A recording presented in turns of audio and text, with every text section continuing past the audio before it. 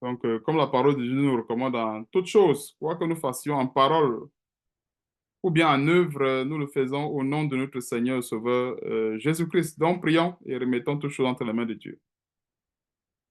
Éternel Dieu, nous te bénissons, nous te rendons grâce au Seigneur pour cet enseignement, pour cette eau que tu nous donnes encore en ce jour afin que nous puissions nous abreuver, nous ressourcer auprès de toi. Seigneur Dieu, nous sommes réunis encore aujourd'hui à tes pieds. Nous sommes encore réunis encore aujourd'hui devant toi afin que tu nous parles, afin que tu nous diriges dans ta parole et que tu nous donnes surtout de la mettre en pratique afin de ne pas être les auditeurs oubliés. Éternel, je te bénis infiniment pour ce moment, pour cette grâce que tu nous donnes encore une fois de plus de partager ensemble. Car tu dis dans ta parole qu'il est agréable pour les frères de demeurer ensemble, car c'est là où tu envoies la bénédiction. Merci encore, Seigneur, de nous bénir, de nous donner encore, Seigneur, de grandir chaque jour dans cette parole, afin d'être trouvé juste et irrépréhensible lorsque tu reviendras.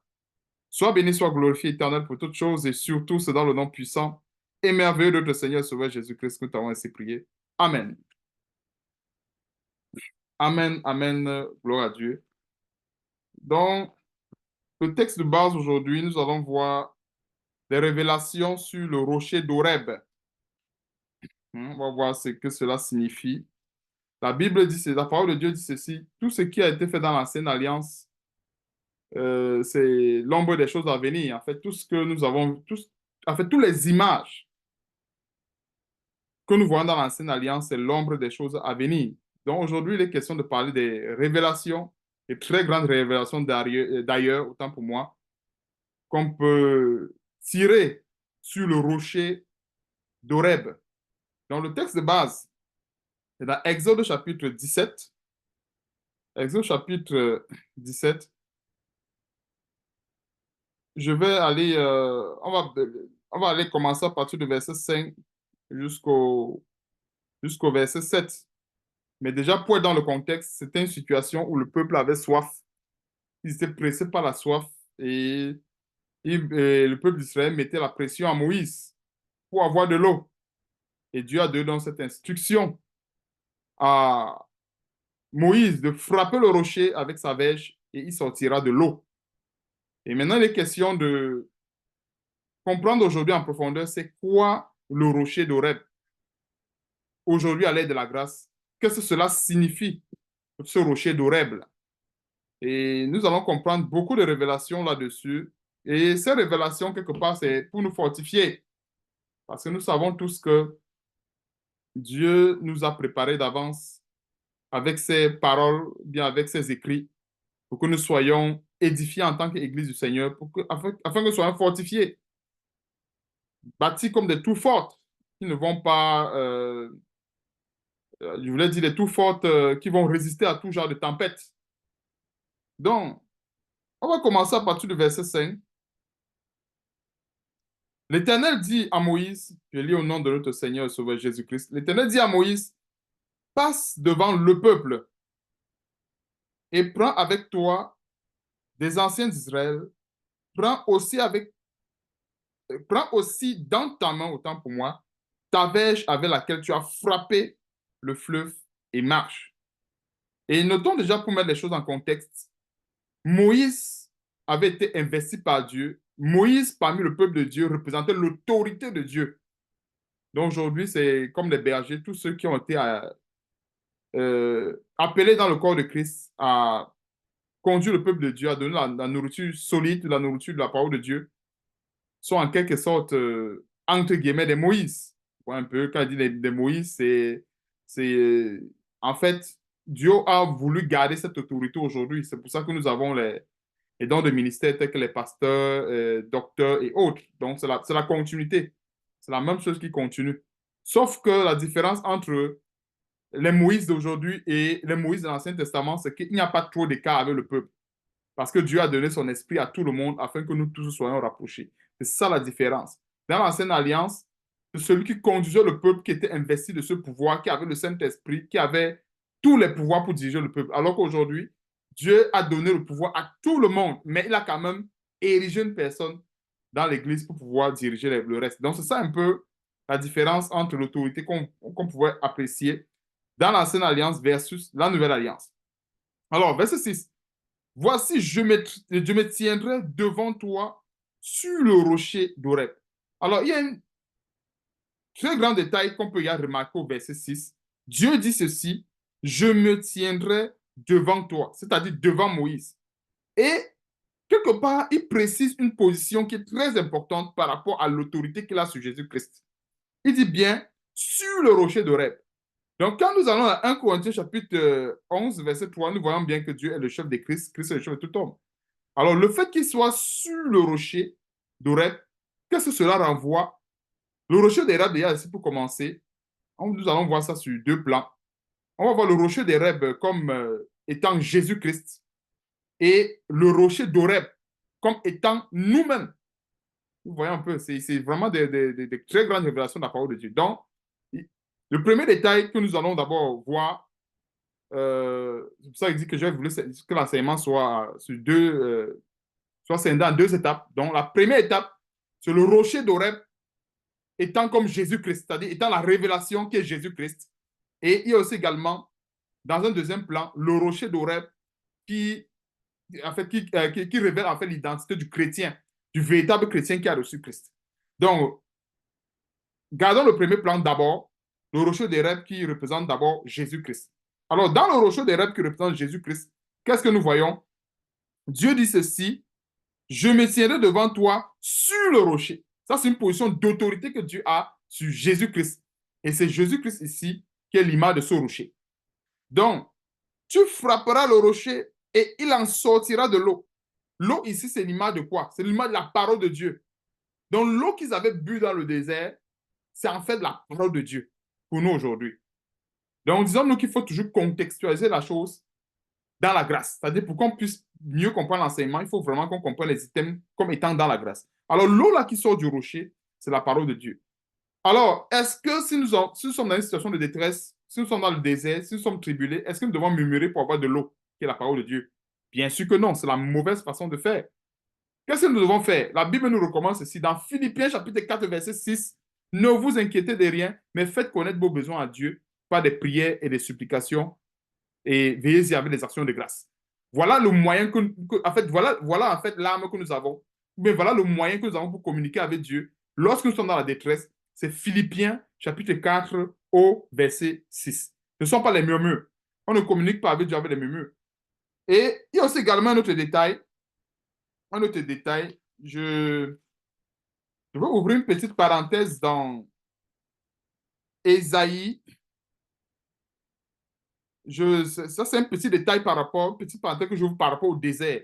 Je dis ça pourquoi? Parce que le fait que Dieu nous conduit dans le désert, le fait que Dieu nous a promis qu'il va veiller sur nous, qu'il va nous abreuver de sa parole, ça ne veut pas dire qu'on n'aura pas soif. Je ne sais pas si on se comprend un peu. Donc, j'ouvre cette petite parenthèse pour qu'on comprenne que nous avons des promesses dans la parole de Dieu et c'est parce que nous avons ces promesses que nous sommes tribulés. S'il n'y avait pas ces promesses, la tribulation n'aurait pas de sens. Donc, parce que Dieu nous a donné des promesses de restauration, des promesses de délivrance, c'est pour cela, en fait, que nous sommes tribulés. Et pourquoi nous sommes tribulés également? C'est pour que la foi du chrétien ne puisse pas se reposer sur Jésus-Christ. Et si le chrétien perd la foi, ça veut dire qu'il a coupé le pont de communication entre lui et Dieu. Je ne sais pas si on se comprend un peu. C'est pour ça que la Bible dit dans Hébreux chapitre 11, au verset 6, ceci. Or, sans la foi, il est impossible d'être agréable à Dieu. Donc, un chrétien qui perd la foi, qui doute, qui a peur, il est en train de faire quoi? Il est en train de couper le pont, ce qu'il appelle le pont de communication entre lui et Dieu. Donc, c'est pour dire que si Dieu veut l'aider, si Dieu veut le secourir, il ne pourra pas parce qu'il n'y voit pas la foi. Alors, je vais terminer ici. C'est Ésaïe 48. Ésaïe 48, on va voir un grand détail qui parle aussi également du rocher et comment Dieu appelle son peuple à le suivre. Donc, Ésaïe 48 à partir du verset 20. Sortez de Babylone, fuyez du milieu des Chaldéens. Babylone aussi, c'est le monde. Babylone aussi, c'est tout ce qui ne glorifie pas Dieu. Sortez du milieu des Chaldéens avec une voix d'allégresse. Annoncez-le, publiez-le. Faites-le savoir jusqu'à l'extrémité de la terre. Dites, l'Éternel a racheté son serviteur Jacob et ils n'auront pas soif dans les déserts où il les conduira. Alors, il y a un grand détail que je veux souligner au verset 21. Quand Dieu dit, et ils n'auront pas soif dans les déserts où il les conduira, un chrétien peut penser que non, quand on marche avec Dieu, on n'aura plus jamais soif. C'est d'ailleurs très faux. En fait, c'est très faux. Et il faut qu'on comprenne ceci. La soif du chrétien est étanchée au moyen de la foi. Quand le chrétien met sa foi en Dieu, Dieu le rassasie. Souvenons-nous de l'apôtre Paul. Il a prié le Seigneur 3 fois. Qu'est-ce que le Seigneur a dit? Ma grâce te suffit. Il a prié pour que le Seigneur enlève les chars dans la chair. Est-ce que Dieu a enlevé les chars dans la chair? Non. Mais juste cette parole de ma grâce te suffit, c'était en fait l'eau que Dieu était en train de lui donner dans ce désert. Je ne sais pas si on se comprend un peu en profondeur, parce on peut voir que non. Quand il est écrit, par exemple, ils n'auront pas soif, on va peut-être penser que non. Pourquoi tel chrétien, il a tel problème? Pourquoi est-ce qu'il a soif alors qu'il est écrit que non, il n'aura pas soif? Ça peut créer un peu la confusion dans l'esprit de ceux qui ne comprennent pas ceci en profondeur. Parce que même l'apôtre Paul, il avait les chars dans la chair. Il a prié Dieu pour que Dieu puisse enlever ces chars. Dieu ne l'a pas fait. Dieu a dit, ma grâce suffit. Alors la grâce du Seigneur Jésus-Christ, la grâce de Dieu à ce moment qui suffisait à Paul, c'est cette eau-là que Dieu l'a portée dans ce désert-là. Donc, c'est un peu, voilà un peu comment il faut comprendre un peu l'eau qu'on peut recevoir dans le désert. Parce que beaucoup comprennent cette eau-là un peu comme les enfants. Parce que nous, quand je dis comme les enfants, c'est que nous sommes là pour recevoir la nourriture solide. Parce qu'un enfant, quand il a besoin de l'eau, on lui donne de l'eau. Nous comprenons un peu, on lui donne de l'eau, on donne du lait, parce que c'est un enfant. Il ne sait pas discerner ce qui est bien et ce qui est mal et tout. Mais une personne qui a déjà le discernement, un chrétien qui a l'Esprit de Dieu, qui a déjà le discernement, Dieu peut lui dire, ma grâce te suffit. Et c'est de l'eau que Dieu lui donne. Même si il ne sort pas de la situation où il se trouve, même si Dieu ne l'enlève pas de cette situation, même déjà le fait que Dieu le comble de sa grâce, c'est déjà de l'eau. Donc voilà un peu comment on peut comprendre en profondeur ce verset qui dit, ils n'auront pas soif dans les déserts où il les conduira. Pour mieux comprendre cela, il faut associer à ce verset la foi. Parce que si on enlève la foi, la persévérance, la patience, ce verset n'aura pas de sens. On peut penser que non. Si nous sommes dans le désert, forcément on prie à Dieu, Dieu va nous donner telle chose. Oh non, ce n'est pas ça. Dieu peut nous répondre également comme avec l'apôtre Paul. Ma grâce suffit. Donc, continuons. Il fera jaillir pour eux l'eau du rocher. Il fendra le rocher et l'eau coulera. Alors, ce rocher-là ici, j'ai bien dit tantôt que c'est le premier plan de la révélation, c'est Jésus-Christ. Vous voyez un peu? C'est Jésus-Christ. Donc, pour mieux comprendre ce verset également, pour comprendre comment est-ce que ce rocher est, la première partie de cette révélation qui est Jésus-Christ, c'est quoi? Allons dans Jean chapitre 7. Allons dans Jean chapitre 7.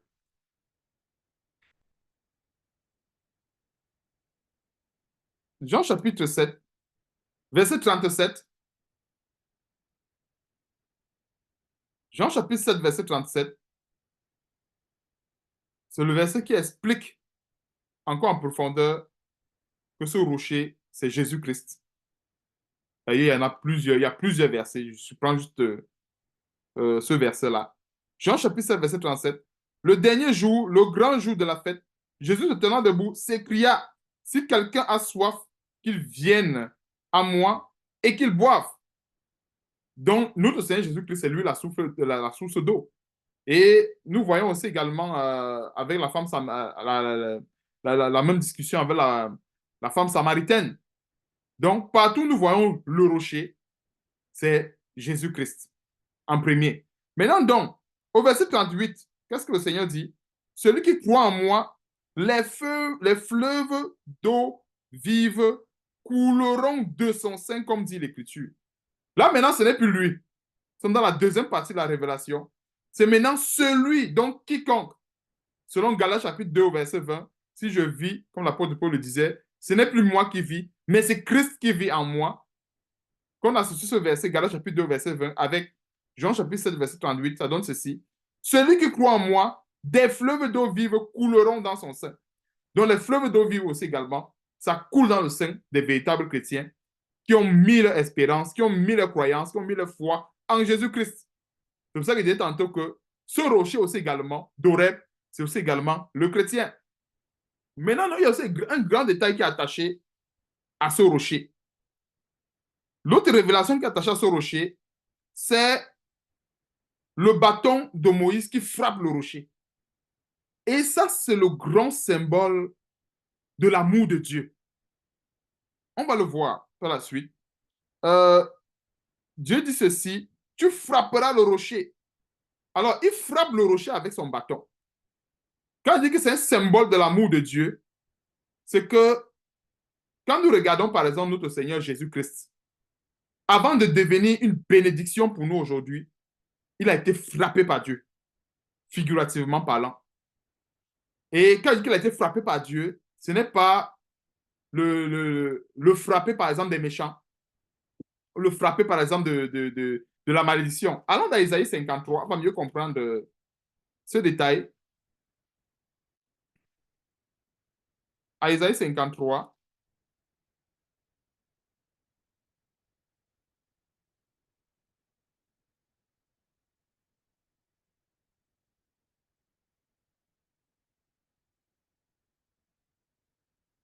quand je parlais peut-être frappé par Dieu, on peut peut-être comprendre que, mais comment est-ce qu'il a été frappé par Dieu? Mais on va voir un grand détail. Et c'est pour ça qu'en fait, cette verge-là, c'est par amour que Dieu utilise ça. C'est par amour. C'est la même chose que que le Seigneur Jésus-Christ a confectionné du foie avec des cordes. C'est un symbole d'amour. Et généralement, le symbole d'amour, les enfants ne savent pas l'interpréter. Le symbole de la verge, la correction. C'est un symbole d'amour. Dieu qui frappe le rocher, c'est la même chose que Dieu fait avec nous. Lorsqu'il nous corrige, ça fait mal à la chair. Mais plus tard, nous devenons une bénédiction. Non seulement pour les autres qui vont nous écouter, mais nous devenons aussi également une bénédiction entre les mains de Dieu, un instrument que Dieu utilise en bon escient. Alors, Ésaïe 53, on sommes en train de voir le détail de la verge qui frappe le rocher. C'est ce détail de la verge qui frappe le rocher que nous sommes en train de voir. Alors, Ésaïe 53, à partir du verset 1. Qui a cru à ce qui nous était annoncé? Qui a reconnu le bras de l'Éternel? Il s'est élevé devant lui comme une faible plante, comme un rejeton qui sort d'une terre desséchée. Il n'avait ni beauté ni éclat autant pour moi, pour attirer nos regards, et son aspect n'avait rien pour nous plaire. Méprisé et abandonné des hommes, homme de douleur et habitué à la souffrance, semblable à celui dont on détourne le visage. Nous l'avons dédaigné, nous n'avons fait de lui aucun cas. Verset 4. Cependant, ce sont nos souffrances qu'il a portées. C'est de nos douleurs qu'il s'est chargé. Et nous l'avons considéré comme puni, frappé de Dieu. Ainsi, nous commençons à comprendre le bâton, la verge de Moïse qui frappe le rocher. Frappé de Dieu et humilié. Et verset 5 encore, continuons, on va terminer au verset 5. Mais il était blessé pour nos péchés, brisé pour nos iniquités. Le châtiment qui nous donne la paix est tombé sur lui. Donc ça, c'est la grande révélation que nous voyons en fait sur la verge de Moïse qu'on frappe sur le rocher. C'était déjà un signe que Dieu donnait sur Jésus-Christ. Jésus-Christ qui devait venir porter nos péchés, qui devait venir souffrir, qui devait venir porter tout genre d'injures, tout genre de péchés, afin que le salut, parce que cette eau-là également qui jaillit du rocher, c'est le salut, c'est la vie éternelle qui jaillit du rocher. Donc, quand nous voyons la vie éternelle que nous avons aujourd'hui, il a fallu que notre Seigneur Jésus-Christ passe par ces choses, qu'il soit blessé, qu'on parle de blessé pour nos péchés. Je vous assure, ça ne plaît pas à la chair. Ça ne plaît pas à la chair. Dieu l'a livré entre les mains des impies. Il a été frappé, il a été... tout ce que nous sommes en train de voir, c'est ce que le Seigneur Jésus-Christ a subi. C'est pour ça qu'aujourd'hui, au nom de Jésus-Christ, quand nous méditons sur ces choses, nous croyons fermement que nous sommes guéris parce que notre Seigneur Jésus-Christ a porté tout fardeau à notre place. Et c'est pour cela que nous devons avoir la foi en lui. Parce qu'en ayant la foi en lui, en fait, nous sommes en train de nous greffer à cette œuvre qu'il a accomplie sur la croix. Donc, voilà une très grande révélation du bâton qui frappe le rocher et l'eau sort. De la même façon que Jésus-Christ a été brisé pour nos péchés, brisé pour nos iniquités, et l'eau, la vie éternelle, est sortie de lui. Et cette vie éternelle que nous avons aujourd'hui en Jésus-Christ. Il y a aussi également Jérémie. Jérémie chapitre 23, verset 29. Vous comprenez toujours au premier plan le symbole de la verge qui frappe le rocher.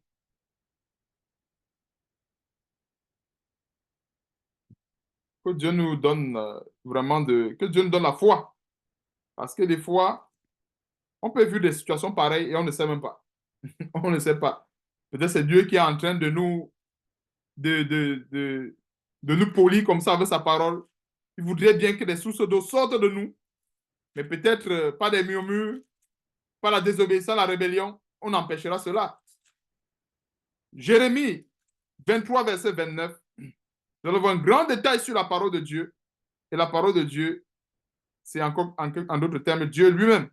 Dieu, c'est sa parole. Jérémie 23, verset 29, il est écrit, « Ma parole n'était pas comme un feu, dit l'Éternel, et comme un marteau qui brise le roc. » Est-ce que nous voyons comment est-ce que ces versets sont...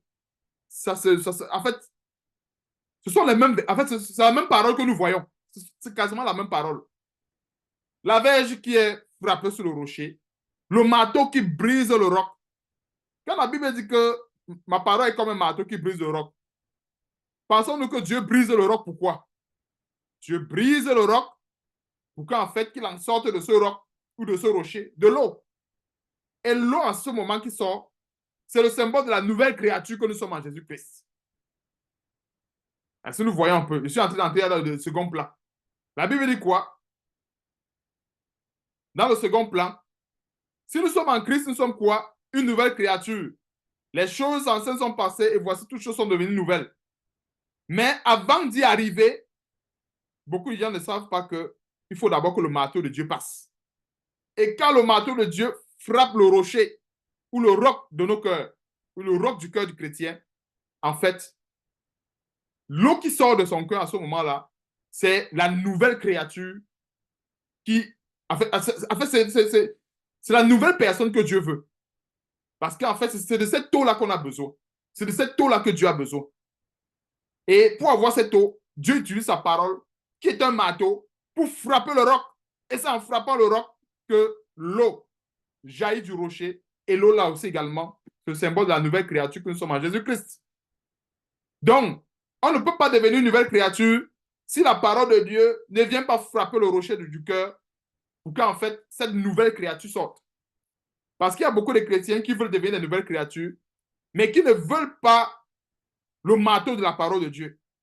Nous tous comprenons que c'est impossible. Parce qu'il faut le marteau de la parole de Dieu pour que la nouvelle créature sorte du cœur. Parce que le cœur, en fait, c'est le symbole du roc, du rocher. Donc, quand la parole de Dieu vient frapper le rocher, qui est le cœur, l'eau sort du rocher, comme nous voyons aussi dans le cas du rocher de Rep. Et cette eau-là qui sort est une bénédiction. Alors, cette bénédiction-là, chez le chrétien, c'est quoi? C'est la nouvelle créature qu'il est. Maintenant, donc, pour rester dans le deuxième plan, le premier plan, autant pour moi, je vais terminer avec le premier plan une fois. Pour rester dans le premier plan, qu'est-ce que nous pouvons comprendre? Notre Seigneur Jésus-Christ s'est humilié. C'est dans Philippiens chapitre 2. C'est ici qu'on termine le premier plan, qui est Jésus-Christ. La révélation de ce rocher d'Oreb. Terminons le premier plan et on va rentrer, plaise à Dieu, dans le second. J'ai introduit quelquefois le second plan, mais je voudrais qu'on termine avec le premier. On va rentrer maintenant on va rentrer maintenant dans le second plan. Philippiens chapitre 2. On va prendre quelques versets seulement. On va, en fait, le Philippiens chapitre 2, c'est pour qu'on comprenne comment est-ce qu'il a été brisé. Hein, nous voyons comment est-ce que le marteau de Dieu est passé sur lui. C'est-à-dire que le train, j'ai très souvent l'habitude de dire ceci, quand le train de Dieu passe sur quelqu'un, le train, quand il parle de train, parce que c'est une image pour dire en fait que quand Dieu brise une personne, normalement, ça se sait. On sait que cette personne-là a été brisée par Dieu parce que le vieil homme, on ne le voit plus. Tout ce qu'on voit, c'est de l'eau. Cette bénédiction-là, la nouvelle créature qui sort maintenant de lui. Donc, Philippiens chapitre 2, verset 5. Ayez en vous les sentiments qui étaient en Jésus-Christ. Pourquoi il y a toute cette référence avec Jésus-Christ? C'est parce que quelque part, en même temps, lui, il est un rocher. Mais quand nous recevons ce rocher qui est en nous et nous mourons en Jésus-Christ, nous devenons aussi également un autre rocher. Tu vois un peu? C'est pour ça qu'en fait, nous devons être conformes à Jésus-Christ. Nous devons marcher comme Jésus-Christ, notre Seigneur, a marché. Donc, terminons, verset 6.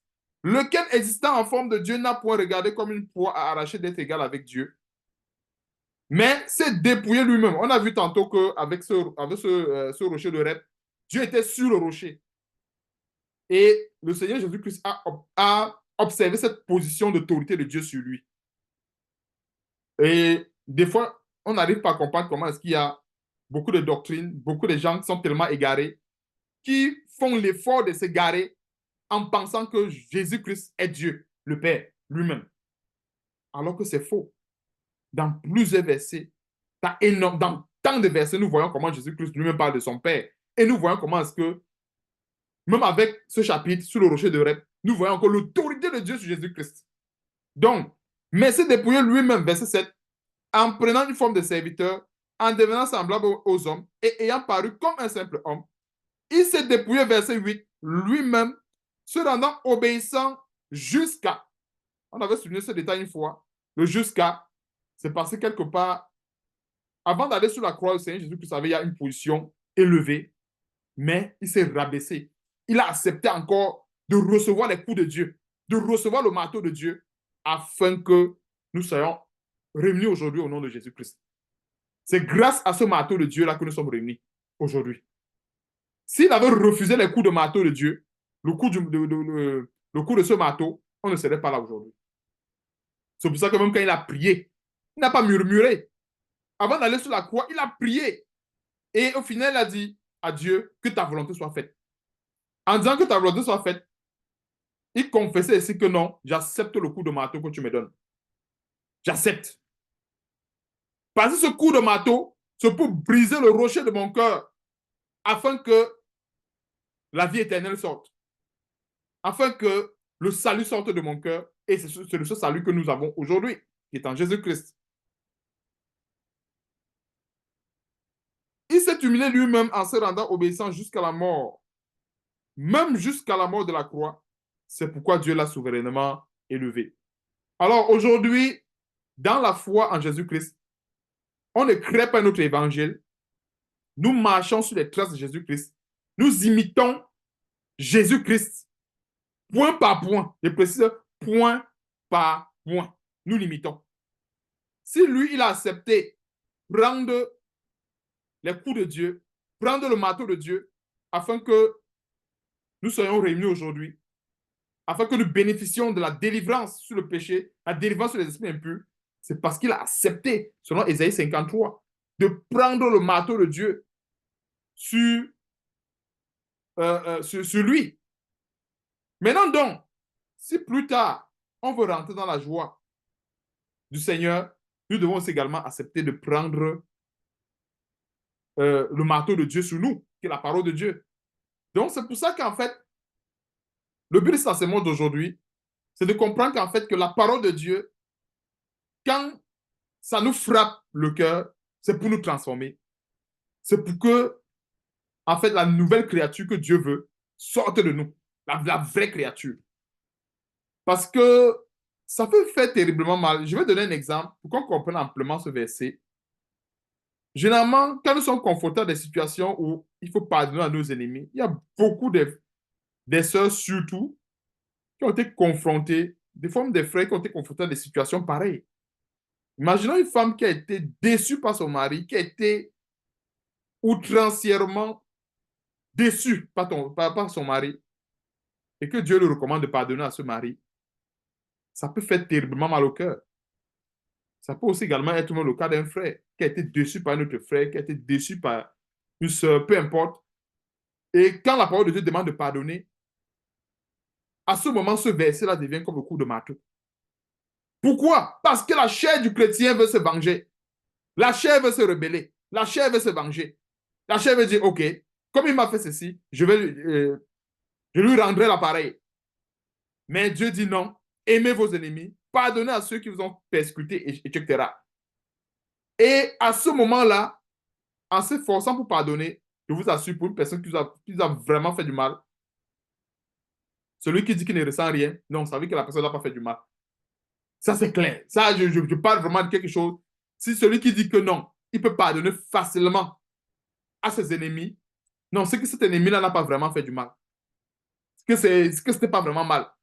Mais c'est comme ça la parole de Dieu. L'obéissance des fois de la parole de Dieu. En fait, nous, nous ressentons souvent cette douleur-là. C'est-à-dire, ça fait mal, mais il le faut. Mais en fait, quand ça fait mal là, considérons que c'est le marteau de Dieu qui est en train de passer sur nous. C'est le marteau de Dieu. Parce que Dieu dit dans Jérémie 23, verset 29, ma parole n'est-elle pas comme un marteau? À ce moment-là, Dieu veut briser la rébellion dans le cœur avec sa parole. Et sa parole, à ce moment-là, c'est le marteau. Parce que quand il dit comme le marteau, Dieu ne dit pas que sa parole, c'est le marteau. Il faut bien qu'on comprenne. Il ne dit pas que la parole de Dieu, c'est le marteau. Il dit comme un marteau. Donc, pour comprendre comme un marteau, c'est lorsque le chrétien est devant une situation qui est difficile à obéir à la parole de Dieu. Et je dis encore une fois de plus que lorsque quelqu'un a été violenté par un ennemi, violenté par une personne, déçu terriblement par une personne et qu'il faut pardonner à cette personne, à ce moment, la personne comprend que oui, je comprends pourquoi ce verset dit que ma parole est comme un marteau. Parce que ce sont les versets qu'on ne peut pas comprendre si on ne traverse pas certaines situations. Quand on traverse certaines difficultés, on le comprend mieux. Et dis ça pourquoi? Parce que une personne, par exemple, que dans sa routine, depuis qu'il a donné sa vie au Seigneur, il ne fornique plus et autres. La fornication, ça ne produit plus un marteau dans son cœur. Est-ce que vous comprenez un peu? Ça devient un peu une sorte de routine, puis c'est plus une sorte de marteau. Mais par contre, quelque chose qu'il avait du mal à se débarrasser. Imaginons un chrétien qui avait du mal à se débarrasser de telle chose, que ce soit l'alcool et autres. Et un jour, Dieu lui dit, tu dois arrêter l'alcool peut-être, ou tu dois arrêter telle chose. À ce moment, la parole de Dieu sonne dans son intelligence comme un marteau. Et ce marteau-là, justement, c'est pour le briser. Et pour ceux qui ont reçu ce marteau, ils vont témoigner de ce que je suis en train de dire. En général, quand cette parole tombe ainsi, la chair du chrétien veut toujours se rebeller. Et c'est à ce moment qu'en fait, qu'il faut assujettir la chair, qu'il faut faire taire la chair en disant, je veux faire la volonté de Dieu. Quand il dit se rebeller, et je vais te donner encore un détail de cette rébellion, imaginons une personne qui est tellement habituée à faire telle chose, accro à telle chose, et il reçoit un message qui lui dit, OK, tu dois te débarrasser de telle chose. La personne va commencer à raisonner en disant que, mais attends, quand moi je fais telle chose, n'est-ce pas aussi également les autres qui le font? Pourquoi est-ce que Dieu ne parle pas à X ou à Y qui fait telle chose? Il vient seulement me parler. Là, c'est la rébellion. Alors que Dieu marche avec nous individuellement. Un frère peut encore être en train de commettre un tel péché, par exemple, et il bénéficie de la grâce de Dieu, pas parce que Dieu cautionne le péché. Je joue bien le truc. Pas parce que Dieu cautionne le péché, non. Mais son temps du marteau n'est pas encore arrivé. Le jour où son temps du marteau va arriver, il va abandonner ça, vraiment, sans le vouloir. Il va l'abandonner.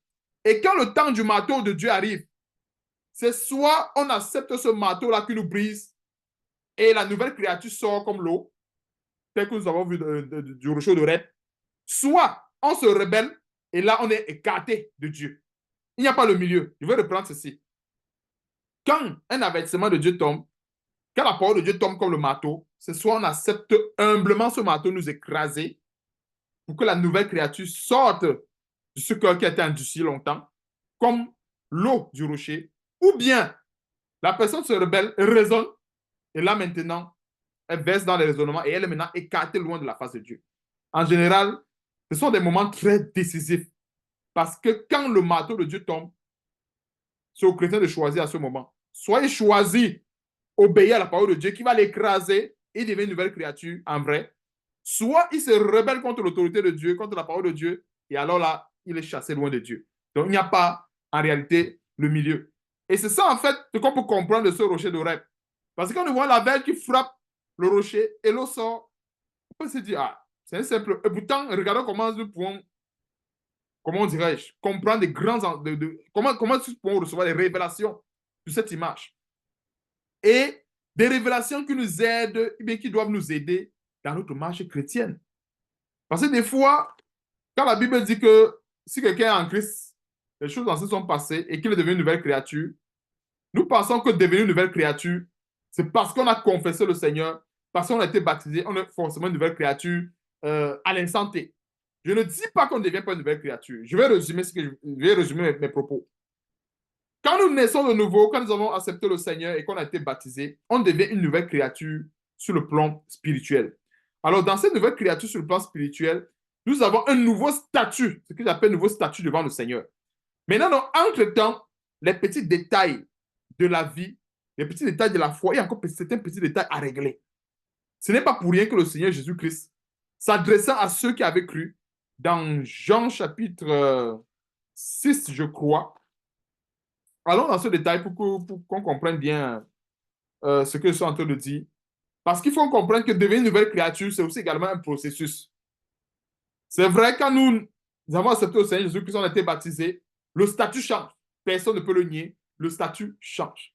Mais la nouvelle créature que nous sommes devenus aujourd'hui, elle peut être différente demain. Ça peut dire quoi? Je peux être une nouvelle créature aujourd'hui à l'échelle 5 et demain, je suis une nouvelle créature à l'échelle 6. Parce que nous comprenons un peu. C'est ça nouvelle. Donc, aujourd'hui, je suis une nouvelle créature, mais mon degré, c'est 5. Demain, je vais être une nouvelle créature avec un degré de 6. Ainsi de suite. Est-ce que nous comprenons un peu le principe de la nouvelle créature? Mais maintenant, il y a des chrétiens qui pensent que non. Je suis une nouvelle créature aujourd'hui au degré 1 ou degré 2. Je vais rester comme ça jusqu'à ce que le Seigneur Jésus-Christ arrive. Non. Si la personne reste comme ça, elle va mourir. Donc, je suis une nouvelle créature aujourd'hui. Degré 2, Dieu m'appelle à devenir une nouvelle créature toujours, en gardant le même statut. J'ai parlé du statut qui change. En gardant le même statut, mais degré plutôt 3. Ainsi de suite. Les degrés vont augmenter au fur et à mesure qu'il y a l'obéissance et la mise en pratique de la parole de Dieu. Donc, allons d'abord voir ce détail dans Jean, ce que je voulais parler. Je parlais de demeurer dans la parole de Dieu. Et le Seigneur Jésus-Christ s'adressant ainsi à ses disciples. Je crois que c'est dans Jean chapitre 8. Excusez-moi, c'est Jean chapitre 8. Je m'étais trompé. Jean chapitre 8 plutôt. Jean chapitre 8, à partir du verset 30. C'est pour qu'on comprenne un peu comment est-ce qu'on devient une nouvelle créature, mais avec des degrés différents. Avec des degrés qui doivent changer de jour en jour. Jean chapitre 8 à partir du verset 30. Comme Jésus parlait ainsi, plusieurs crurent en lui. Ici, il s'agit des croyants. On ne parle pas des gens qui n'ont pas cru. Plusieurs crurent en lui. Et il dit aux Juifs qui avaient cru. Il ne s'est pas adressé aux Juifs qui n'avaient pas cru en lui. Si vous demeurez dans ma parole, vous êtes vraiment mes disciples. Pourquoi est-ce qu'il faut demeurer dans la parole de Dieu si on devient forcément une nouvelle créature quand on a cru et qu'on n'a plus besoin de demeurer dans la parole de Dieu? Pourquoi il faut demeurer? C'est parce qu'en demeurant dans la parole de Dieu, le degré d'intelligence augmente. On passe comme à l'école.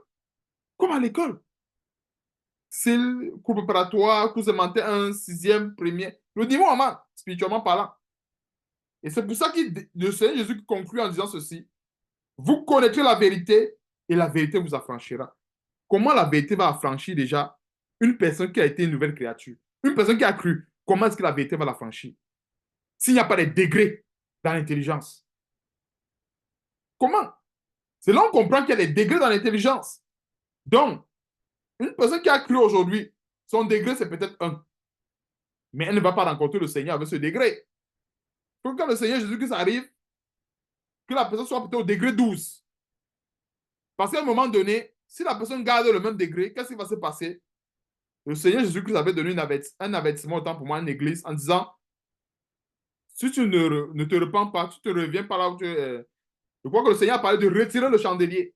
Parce qu'à un moment donné, si nous avons le talent de Dieu en main et que nous ne fructifions pas le talent de Dieu, Dieu va retirer cela. C'est pour ça qu'il a dit, on va donner à celui qui a. Il sera dans l'abondance. à celui qui n'a pas, on va me ôter ce qu'il a. Je vais reprendre un peu cette parabole du Seigneur qui dit ceci, qu'on va donner à celui qui a.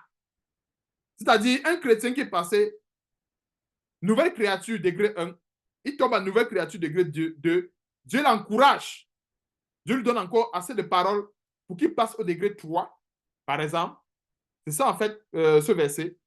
Mais maintenant, dans un chrétien qui dit que non, je suis baptisé, j'ai cru au Seigneur Jésus-Christ, pour moi, ça suffit. Je n'ai pas besoin d'aspirer au degré 2, 3, 4, 5. Alors, qu'est-ce que Dieu va faire? Il va retirer même le degré 1 qu'il a. Est-ce que nous voyons un peu? Il y a une parole qui le dit, je me rappelle plus, je me souviens plus de cette parole, mais c'est tout seulement le verset biblique. Quand le Seigneur dit ceci, que on va donner à celui qui a, et il sera dans l'abondance davantage. Maintenant, à celui qui n'a pas, la parole de Dieu dit à celui qui n'a pas, on va ôter même ce qu'il a. Et c'est là on comprend que le n'a pas là, en fait, c'est parce qu'il a refusé même à un moment donné que la parole de Dieu l'amène à un autre degré. En fait, il a refusé que Dieu le transforme davantage. C'est pour ça qu'il n'a pas cette transformation. Et maintenant, Dieu retire donc le petit degré qu'il a là. Il va dire que non, ce petit degré-là, tu le gaspilles. Donc, je te le retire. Donc, c'est bien important de comprendre ces images de la parole de Dieu qui sont attachées aujourd'hui à cette révélation sur le rocher que nous sommes aujourd'hui en Jésus-Christ, qui est, entre guillemets, le rocher d'Oreb que nous voyons ici. Donc, le bâton, ou quelque part dans Jérémie 23, 29, le marteau de Dieu qui frappe le rocher. Et ce rocher qui est frappé, c'est quoi? C'est le cœur. Dieu regarde au cœur. Donc, c'est le cœur qui est frappé. Et l'eau qui sort de ce rocher, qui sort de ce cœur, c'est la nouvelle créature. C'est en fait, c'est la nouvelle personne que Dieu veut. Est-ce que nous comprenons un peu? En fait, Dieu attend de nous, figurativement parlant, Dieu veut de cette eau-là, de nous. Dieu ne veut pas un rocher qui est là, qui ne veut pas de marteau, qui ne veut pas que le bâton frappe dessus. Il dit que non, je veux porter des fruits, mais je ne veux pas en même temps que le bâton de Dieu frappe sur moi. Je ne veux pas, en d'autres termes, comme le dit Jérémie 23, 29, que le marteau de Dieu frappe sur moi. Alors, comment, comme il y a un adage chez nous qui dit, est-ce qu'on peut faire les omelettes sans casser les œufs? Si on veut les œufs, si on veut les bonnes œuvres, si on veut la nouvelle créature, alors il faut accepter que le marteau de Dieu travaille. Donc, on va terminer avec Actes des Apôtres. Prenons le livre des Actes des Apôtres. Il y a tellement de versets, mais je prends seulement des versets selon que Dieu m'inspire. Actes chapitre 2. Alors ici, il est question de voir un peu cette transformation-là. Comment est-ce que la parole de Dieu, agissant comme un marteau, fait jaillir du rocher ces eaux-là, qui est l'image des bénédictions, qui est l'image de la nouvelle créature que nous sommes aujourd'hui en Jésus-Christ, parce que nous sommes dans le second plan du rocher qui est le véritable chrétien. Le rocher d'Oreb. Dans Actes chapitre 2, à partir du verset 37, je vais résumer. Ici, nous sommes à la Pentecôte. Pierre et les apôtres ont reçu le Saint-Esprit. Alors, immédiatement, ils se sont mis à prêcher. Alors, ils sont mis à prêcher aux Juifs, prêcher à tous ceux qui étaient éloignés de Dieu. Et maintenant, qu'est-ce que nous voyons? Ces gens qui recevaient la prédication de Dieu ont reçu la parole de Dieu comme un marteau. Et on va le voir par la suite. Acte chapitre 2, verset 37.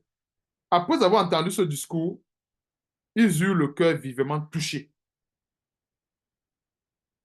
Est-ce que nous voyons un peu? Ils eurent le cœur vivement touché. Je vous assure, spirituellement parlant, lorsqu'une vraie parole résonne dans le cœur de quelqu'un, soit il est vivement touché, soit il se rebelle. Il n'y a pas le milieu. Et j'ai une image qui me vient à l'esprit.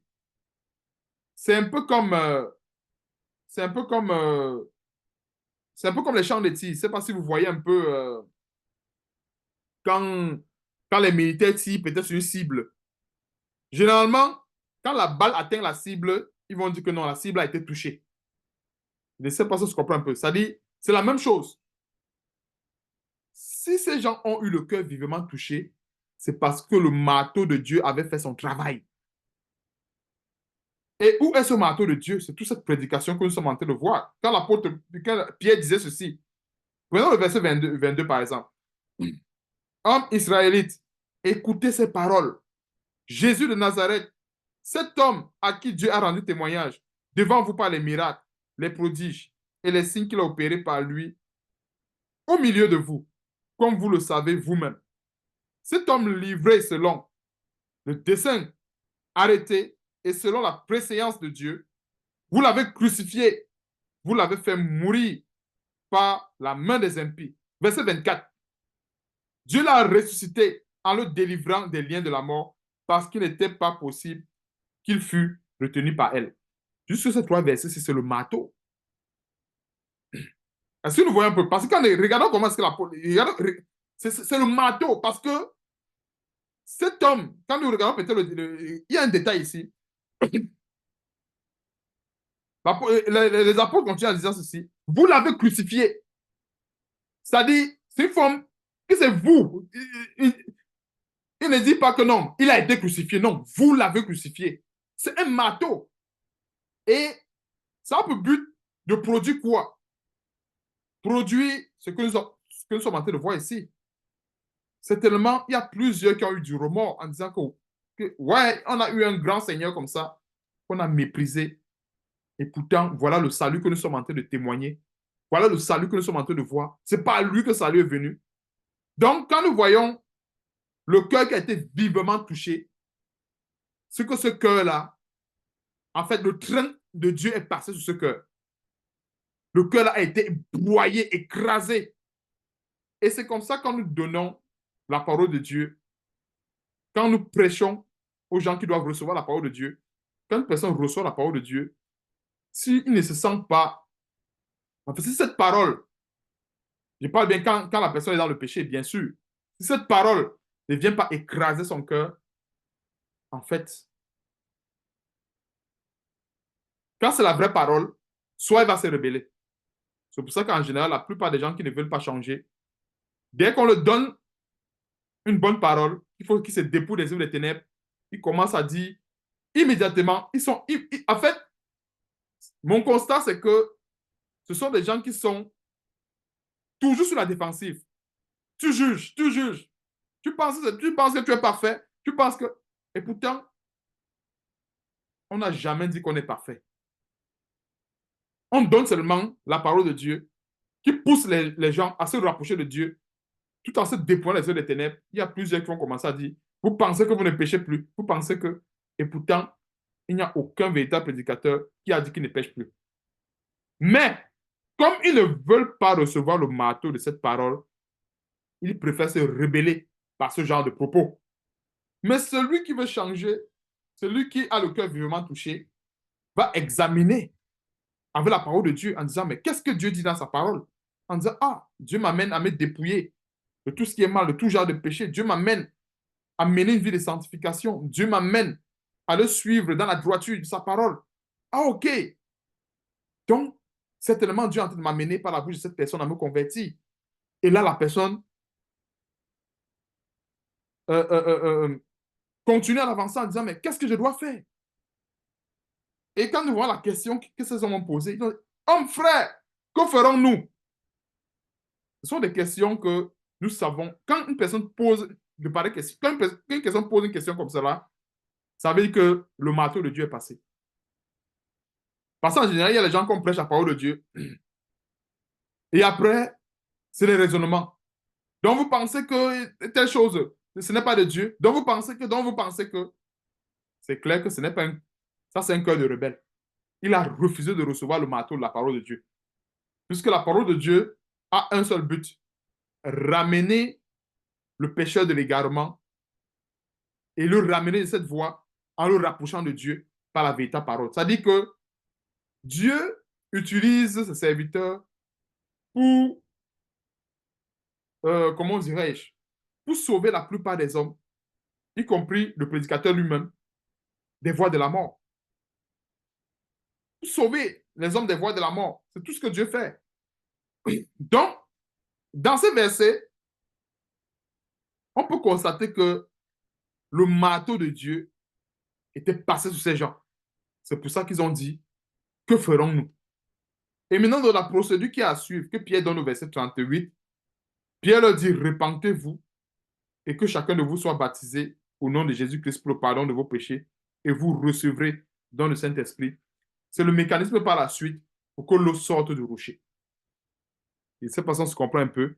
Donc, il y a eu l'impact sur le rocher, mais il faut continuer à frapper le rocher davantage pour que l'eau sorte véritablement du rocher. C'est pour ça que revenons dans Jean chapitre 6, on va voir un grand détail sur l'eau qui sort du rocher. Jean chapitre 7, celui qui croit en moi, les fleuves d'eau vive couleront de son sein, comme dit l'Écriture. Verset 39, c'est là que j'en venais. Verset 39, c'est ce verset que j'avais oublié. Il dit cela de l'Esprit que devaient recevoir ceux qui croiraient en lui, car l'Esprit n'était pas encore, parce que Jésus n'avait pas encore été glorifié. Donc, dans cette prophétie, nous sommes en train de voir quoi? De l'eau, des fleuves d'eau vive qui coulent du sang du chrétien. Et qu'est-ce que le chrétien nous fait comprendre? L'Écriture ici nous fait comprendre ceci. Il s'agit de ceux qui devaient croire au Seigneur Jésus-Christ. C'est-à-dire de nous, au final. Croire au Seigneur Jésus-Christ. Vivre cette vie de sanctification, donner leur vie à Christ, marcher selon la parole de Dieu. Parce qu'à ce moment-là, l'Esprit n'était pas encore disponible. Et c'est pour ça qu'il donnait cette parole de prophétie qui s'est finalement accomplie aujourd'hui. Donc, un véritable chrétien, c'est l'image de ce rocher-là que Dieu a frappé et que l'eau est sortie de son sein.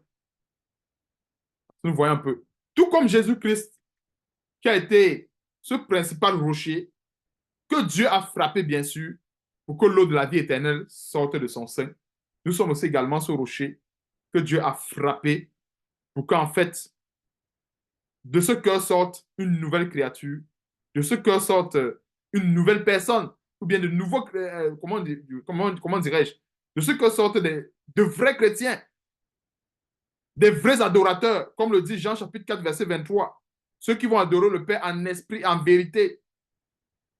Jean chapitre 23 n'est que la conséquence du marteau de Dieu qui a frappé le rocher. Est-ce que vous voyez un peu? Donc, il y a des versets qui sont la conséquence de ce que nous sommes en train de voir. Une personne, un chrétien ne peut pas adorer Dieu en esprit et en vérité si le marteau de Dieu n'est pas passé. C'est impossible. Lorsque le marteau de Dieu passe sur le rocher, là, on peut parler de l'adoration en esprit et en vérité. Donc, ne soyons pas comme ces gens-là, ces soi-disant chrétiens. Ils veulent adorer Dieu en esprit et en vérité. Mais ce sont ces mêmes gens qui ne veulent pas que le marteau de Dieu frappe leur rocher pour que cela puisse se faire. On ne peut pas, et il est impossible d'adorer Dieu en esprit et en vérité sans avoir eu au préalable reçu le marteau de Dieu. Parce que le marteau de Dieu qui frappe le rocher du cœur, et là maintenant cette adoration-là est possible. Et c'est pour ça que le Seigneur Jésus pourrait dire encore une fois de plus dans Jean chapitre 8 qu'il fallait demeurer dans sa parole. Parce que quand on demeure dans la parole de Dieu, Dieu frappe. Parce que quand nous voyons le bâton qui frappe le rocher, ce n'est pas seulement une fois. Parce qu'il faut bien qu'on comprenne. J'insiste sur les détails parce qu'on peut penser que Dieu frappe seulement une fois et c'est tout. Non. Dieu peut frapper 100 fois, 1000 fois, 10 000 fois, 2 fois, 3 fois. En fait, le symbole du marteau de Dieu ou de ce bâton, de cette verge de Moïse qui frappe le rocher, c'est le symbole de cette parole qui nous transforme chaque jour. Aujourd'hui, nous allons voir, en fait, aujourd'hui, par exemple, Dieu va nous donner une parole qui va peut-être frapper notre cœur aujourd'hui pour que de l'eau sorte, figurativement parlant, de notre rocher. Mais demain, il y aura une autre parole que Dieu va donner qui aura le même effet et l'eau va encore ressortir. Maintenant, c'est un chrétien qui est orgueilleux, il s'est dit non, je pense que Dieu a assez frappé mon cœur. J'ai atteint un niveau où je pense qu'il ne doit plus frapper mon cœur, c'est trop. En fait, à ce moment, il est en train de se rebeller contre Dieu et Dieu risquerait euh, euh, il risquerait de perdre sa récompense au final. Parce que, comme je dis encore une fois de plus, le Seigneur Jésus-Christ a accepté le marteau de Dieu jusqu'à la mort sur la croix. Avant d'arriver à la mort sur la croix, toute sa vie, comme on l'a vu dans Ésaïe 53, c'était les coups de marteau. Toute la vie de Jésus-Christ, c'était les coups de marteau. C'est pour ça qu'il est écrit homme habitué à la souffrance. Je crois que c'est ça, Ésaïe 53. C'était les coups de marteau. Euh, Méprisé, verset 3, abandonné des hommes, homme de douleur habitué à la souffrance. Cette souffrance-là qui frappait son rocher tout le temps, c'était les coups de marteau. Donc, quand nous voyons le marteau de Dieu, le bâton qui frappe le rocher, ne pensons pas que c'est seulement la conversion. Non. Oui à la conversion, qu'on change de statut, mais quand on a changé de statut, n'oublions pas, nous devons changer aussi également les degrés. Donc, le statut ayant changé, ça ne suffit pas. Nous devons demeurer dans la parole de Dieu, recevoir constamment les coups de marteau pour que les degrés changent. Maintenant, un chrétien qui ne veut pas changer les degrés, Dieu va retirer même le petit degré qu'il a. Et ça va être tout. Donc, que Dieu soit loué pour cet enseignement. J'en ai ainsi terminé pour ces grandes révélations que Dieu nous donne vraiment de faire asseoir cela dans notre intelligence. Parce que ce n'est pas évident, des fois, de discerner ces choses, surtout quand on les traverse. Il peut arriver qu'on traverse des épreuves assez difficiles, des épreuves où, des fois, on ne sait pas où on met la tête. Mais ça peut aussi également être que c'est le marteau de Dieu qui est en train de frapper le rocher du cœur. Et ne pensons pas que le marteau de Dieu a seulement frappé lorsqu'on est venu à Christ. Non, ce marteau continue de frapper. Et il a pour but, comme je disais tantôt, parce que le premier marteau, c'était pour nous faire entrer dans la course. Ouais, on peut nous donner le statut d'enfant de Dieu. Les autres coups de marteau, c'est pour nous faire changer de degré. Nous devons passer. C'est pour ça que la Bible parle des gens qui devaient être des maîtres et qui sont encore au niveau du lait. Alors pourquoi ils sont au niveau du lait? Parce qu'ils ont refusé de changer de degré. Une grande clé pour la croissance, c'est d'accepter continuellement le marteau de Dieu. Parce que plus nous recevons le marteau de Dieu, le plus en fait, nous grandissons aussi également. Parce que à chaque fois que nous recevons le marteau de Dieu sur le rocher du cœur, bien quand nous recevons le marteau de Dieu, sur ce rocher qui est le cœur, nous sommes en train de grandir. À chaque fois que nous recevons le marteau, et à chaque fois qu'on se détourne du marteau, c'est dangereux. Parce que ce marteau a pour but, bien sûr, de nous faire croître, de nous faire grandir. Donc, que Dieu soit loué et que toute la gloire revienne à Dieu et à notre Seigneur Sauveur Jésus-Christ. On va se dire plaise à Dieu euh, mardi prochain pour les autres révélations. Que toute la gloire revienne à Dieu et à notre Seigneur et Sauveur Jésus-Christ. Amen.